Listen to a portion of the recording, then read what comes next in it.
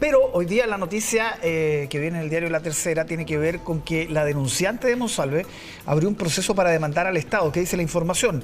Que la mujer de 32 años presentó esta medida prejudicial contra la Subsecretaría del Interior, en la que acusa falta de protección y solicita acceso a 27 documentos relativos a su caso. ¿Cómo impacta la causa esto, Eliana?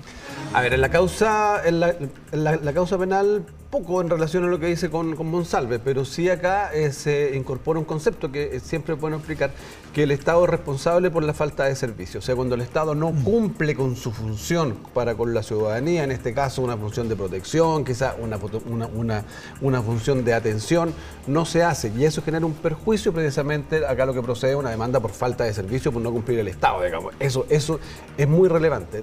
En la arista penal, vamos a determinar, podría tener alguna relación, esto ya siendo ficción, sí, haciendo ficción, podría tener alguna relación, dependiendo de la naturaleza del apoyo que no se le dio, de algún tipo de favorecimiento hacia el imputado. O sea, nos echan a andar estos proyectos porque se podría conocer este hecho que en un principio no era conocido, y de esa manera favorecer al imputado, que podría tener algún tipo de participación penal si es que una persona decidió deliberadamente no darle ningún tipo de atención. En su experiencia como ex fiscal, cuando un imputado, probablemente no con esta visibilidad, pero un imputado en general, pide postergar su declaración, cambia completamente a su defensa, uno esperaría que viniera algo más o menos, digamos, inesperado, alguna cosa, una estrategia revolucionaria, ¿no?, en términos de lo que hemos visto hasta ahora. ¿Qué esperar cuando hay un cambio tan profundo en lo que hemos visto hasta ahora en la defensa de Monsalve? Mira, fíjate que en mi experiencia como fiscal, bueno, 24, 25 años que fui fiscal, digamos, con hartas causas de diversa naturaleza, es que en general los imputados que tienen la teoría que tiene el señor Monsalve, que es la no comisión del delito, por así decirlo, claro, ¿cierto?, la declaración se produce muy temprano en la investigación. Eso ya llama la atención. Eso llama mucho la atención.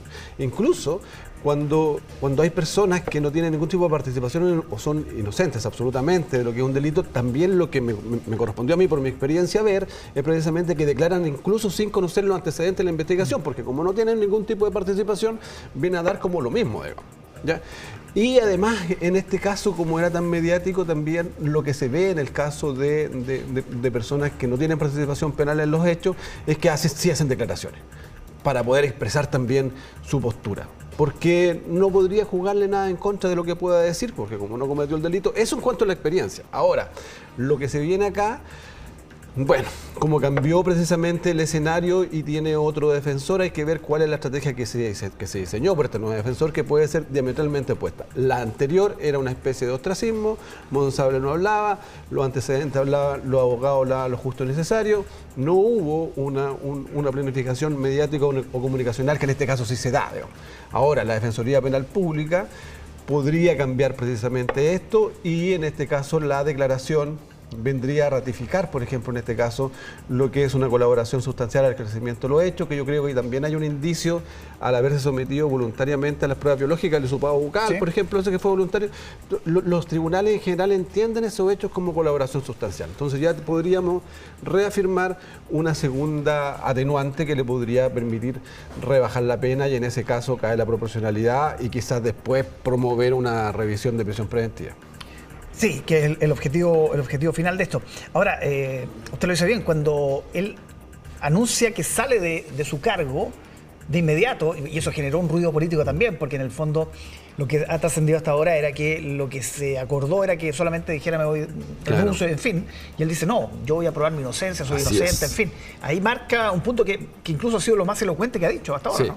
Sí, claro, luego de eso ya yo creo que tuvo que haber sido por consejo de su abogado precisamente tomar esta actitud, que es válida, digamos, pero una actitud de no hablar, digamos. No hablar, porque es distinta, no me he olvidado, claro, es distinta precisamente a la primera que tuvo, a la postura primera que tuvo. Quizás esa pudo haber sido una desaveniencia y que ahora encontremos una actitud mucho más abierta de una defensa para explicar precisamente la versión del señor Monsalve, que lo que sabemos es precisamente que no se acuerda de esa noche, pero sí sería, por ejemplo, interesante conocer si es que había o no había una relación anterior con la víctima. Sí. Y qué tipo de relación existía. Eso va a ser esencial. Sí, totalmente. Y volviendo a a esta noticia del día de hoy que tiene que ver con esta acción de la denunciante de Monsalve que abrió un proceso para demandar al Estado. Revisando un poco el detalle, ella dice: el Estado de Chile no implementó ninguna medida preventiva para evitar que estos hechos ocurrieran, lo cual consagra el origen laboral de lo vivido y la necesidad de reparar los efectos de los mismos. Evitar que se perpetúe un ambiente susceptible de vulneración a los derechos fundamentales. En fin, en el fondo dice que no se tomó ninguna medida cuando ya algunos sabían que había una situación donde el ex subsecretario pidió que ella trabajara muy cercana a él, que estuviera casi 24/7, que lo tenía que acompañar a distintas regiones del país, que la citaba en horarios extraños, en fin. Y ella dice: el Estado no tomó ninguna medida para prevenir eso. ¿Cómo puede tomar un tribunal eso? Hay que ver si es que existía o no existía la obligación, los protocolos. Se han dictado numerosas leyes que protegen a la mujer, ¿cierto? Que evitan la discriminación y lo que buscan es prevenir precisamente que se cometan este tipo de hechos, que es precisamente la ley 21.675 que se publicó hace poco, que es de género, ¿ya? Es a lo mejor, ya que estoy especulando, si existieron reglamentos que deberían haberse elaborado y aplicado en este caso y no se hicieron, ya habría un incumplimiento. Si no existía una obligación, ya es más difícil sancionar esa omisión, digamos. Se aleja un poco en concreto el incumplimiento, porque no podría alegar un incumplimiento en base a nada. Podrías ir de que es un gobierno de tipo feminista también y que debió establecer protocolos, pero esa omisión es muy difícil perseguirla como infracción. Si existió un reglamento y una obligación que no se cumplió, ahí es bastante fácil, porque hay una infracción de reglamento y usted no cumplió con esto, que es un trámite expedito de denuncia, y eso produjo precisamente todo el daño y que no se produjera la denuncia luego, que no recibiera asesoría, que fuera victimizada, el daño que se produjo en mi salud. Sí, yo me imagino, no lo dice el documento, pero que alude también a un hecho conocido en el actual gobierno, que en cada ministerio hay una persona que es especialista en temas de género. Digamos, el Ministerio de la Mujer estableció a funcionarias en todo el aparato del gobierno para precisamente atacar este tipo de hechos. Me imagino que por ahí sí. ¿no? No, ahí sí, ese es un dato relevantísimo. Entonces, ¿qué es lo que hay que ver ahí? ¿Cuáles son las funciones de esta persona y cuáles son las funciones que esta persona no cumplió? ¿Se implementaron o no las medidas, cierto? Y una primera medida que debe implementar una persona encargada de esto precisamente es la difusión. Entonces, usted es víctima de esto, denuncia, estos son los canales, etcétera, etcétera. Ahí ya estamos avanzando en algún tipo de incumplimiento. Ahí vamos a revisar cómo avanza esta demanda que ha presentado la denunciante de Monsalve. Emiliano Arias, muchísimas gracias.